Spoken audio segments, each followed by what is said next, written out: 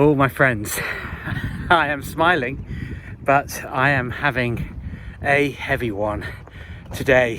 Whew, my goodness. I can't tell you how long it took me to get out of bed today. Gosh, I felt so weighed down. And I related recently about, I think I did, can't remember. There's so much going on in my head. But I had a weird experience a few days ago where I was lying in bed, right? Lying in bed, and it's the entry to a very grand house there that we're going to be passing in a minute. I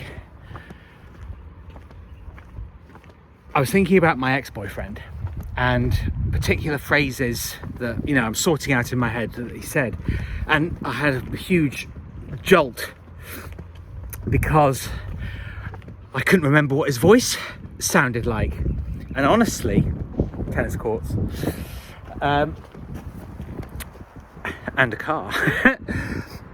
Couldn't remember what his voice sounded like. It had completely gone. And it was, I sort of panicked. I sort of had a mini panic where I thought, oh my God, he's slipping away, completely slipping away. And I can't hold on to him. And the thing is, as I was thinking that I can't hear his voice, can't remember it, I thought, oh my God, his image is going to vanish as well. And the truth is, it is partly about him because obviously he's such a significant person in my life and represents such a significant epoch of my life. But I think a lot of the panicked feeling was actually a true acknowledgement of just how many things have happened in my life, how much time has passed, how much stuff I've invested in, and how it's all sort of vanished. It's all gone. The different stages, school and university, the family house in this village sold, and I'm not in London anymore. And actually, for a little while, I kind of felt like I was having like a drug addict sort of withdrawal symptoms. But I actually think about going now and dealing with all of the busyness and craziness, and actually I have no desire, frankly, to go there. It's so much better here in the country. But being on Twitter a lot, and there are quite a lot of sort of young guys on there, 20-somethings, trying to grow their facial hair. It's not quite working yet. It'll come. But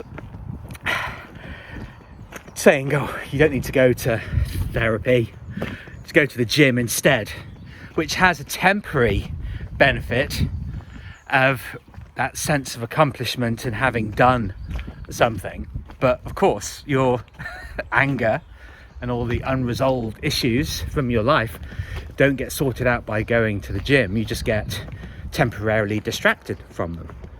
It's not going to be a long-term solutions man as I am, to actually dealing with the things that truly hold you back. It's not an easy thing to do, which is why so few actually do it. But the ones that do, well, they reap the rewards of doing so, frankly. They do. They, including me, you realise, unexplored depths that you didn't know that you had in you. And these aren't, it's uncovering experiences and making sense of them.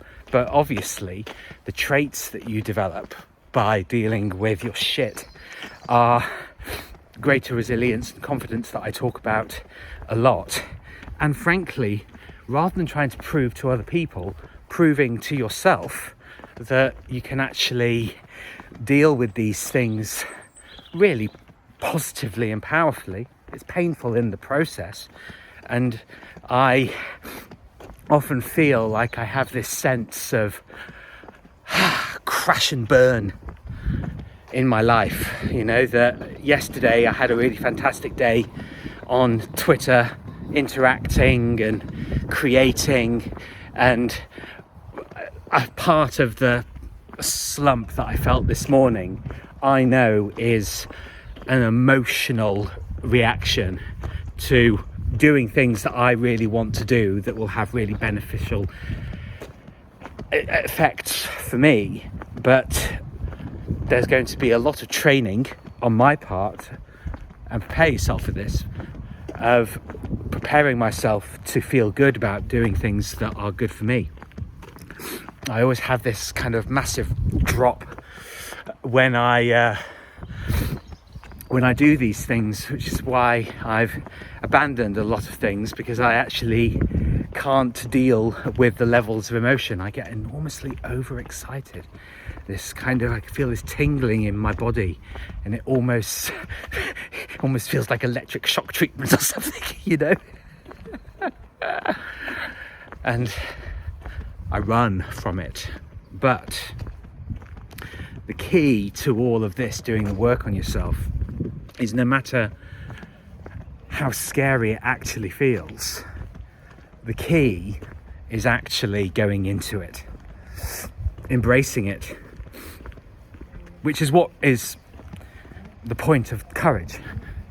It's always a nice fireplace in that house. Nice stone fireplace, lots of stone around here. It's solid, you know. It's what makes you solid in life, is facing the fears and going into the darkness, you know. I've talked about going into the dungeon of my being, and you have to go on. It's known as the descent in the book that I'm reading, Iron John, that the prince leaves the castle and he has to go down into the dungeon, or he has to go, as in his case, goes down into the kitchens, you know, where basically it's revealed that that's not where he comes from, but it's what he needs to go through the dark night of the soul. It's not just a night.